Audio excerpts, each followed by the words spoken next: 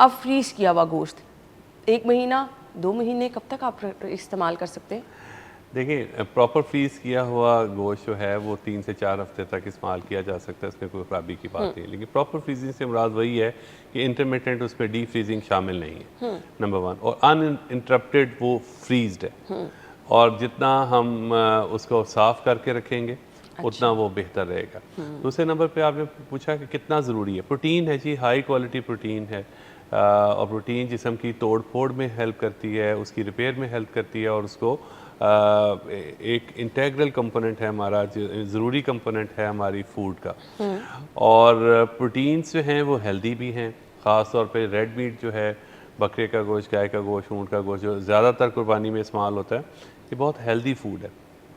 किसी ख़ास बीमारियों की सूरत में इस हेल्दी फूड को हम अनहेल्दी बना सकते हैं। मतलब ये है कि इसमें कुछ ऐसे एडिटिव डाल लें जो कि इसके प्रोसेस में, खाने के पकाने के प्रोसेस में बहुत घी डाल लें, लेकिन otherwise protein as a whole is a healthy food, और उसको लेना बहुत हेल्दी है। इसी तरह कुर्बानी का गोश्त है जिस पे मैं बात करना चाहूँगा कि ये अगर एक बड़े से कंटेनर में आपने रखा हुआ है कि जी हमने कुछ दिन बाद इस्तेमाल करना है, तो उस कंटेनर को एक दफ़ा डीफ्रॉस्ट करके उसमें से अगर एक पोर्शन निकाला, यानी वो सारा डीफ्रॉस्ट हुआ, उसमें से एक पोर्शन निकाला और बाकी का आपने दोबारा फ्रीज करने की कोशिश की, तो ये आइडिया भी इतना अच्छा नहीं है। इसमें यही है कि जितना आपने एक वक्त में एक सर्विंग एक टाइम में पकाना है, वो उतना पैकेट हो, वो एक दफ़ा डीफ्रॉस्ट हो और पक जाए। बिल्कुल।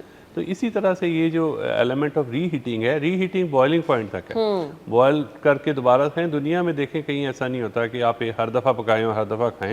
लोग फ्रीज करते हैं, लोग प्रिजर्व करते हैं, प्रॉपर प्रिजर्व करके खाने में कोई अर्ज नहीं। मौसम तब्दील होता है ना, तो लोग पेट दर्द की बहुत शिकायत करना शुरू हो जाते हैं, वजह क्या होती है उसकी? इसमें गर्मियों का मौसम ख़ास तौर पे जरासीम की अफसाइश के लिए मशहूर है। उसमें जरासीम की अफसाइश तेज़ हो जाती है, मल्टीप्लिकेशन जरासीम की बढ़ जाती है, खाना जल्दी ख़राब होने लग जाता है, प्यास की शिद्दत बढ़ जाती है, लिक्विड इंटेक या फ्लूइड इंटेक बढ़ जाती है, और फिर हमारे कंटेमिनेटेड फ्लूइड्स हैं जिस तरह गंदा पानी, गंदी ग़िज़ा, गंदे मशरूबात, उनका इस्तेमाल बढ़ जाता है। तो ये सारी ऐसी चीज़ें हैं जिसमें जरासीम की जिस्म में एंट्री बढ़ जाती है गर्मियों के मौसम में।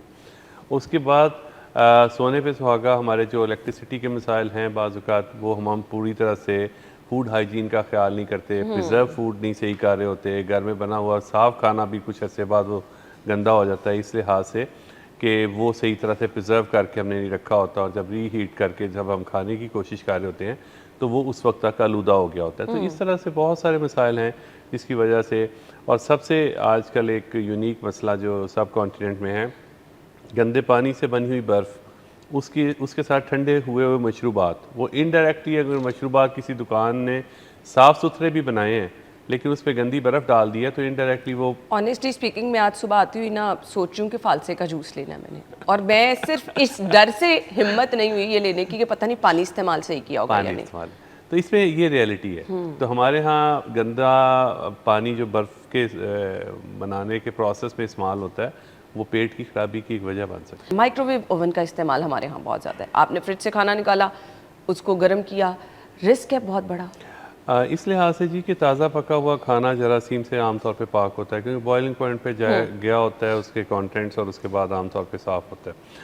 लेकिन जब हम उसको थोड़ा सा इस्तेमाल करके बाकी फ्रिज में रख लेते हैं किसी और टाइम में इस्तेमाल करने के लिए, तो वो बाज़ औक़ात हम प्रॉपर तरीके से उसको फ्रीज़ नहीं करते, हम सिर्फ फल वाले खाने में रख देते हैं, जिससे वो उस पर जरासीम की अफसाइश जारी रहती है, और उसके नतीजे में जब हम दोबारा से खा रहे होते हैं 6-8 घंटे के बाद या अगले दिन खा रहे होते हैं, तो उसको बॉइलिंग पॉइंट अगर हीट दोबारा से नहीं करेंगे तो उस दौरान जो कंटेमिनेशन हुई हुई है वो ख़त्म नहीं होगी।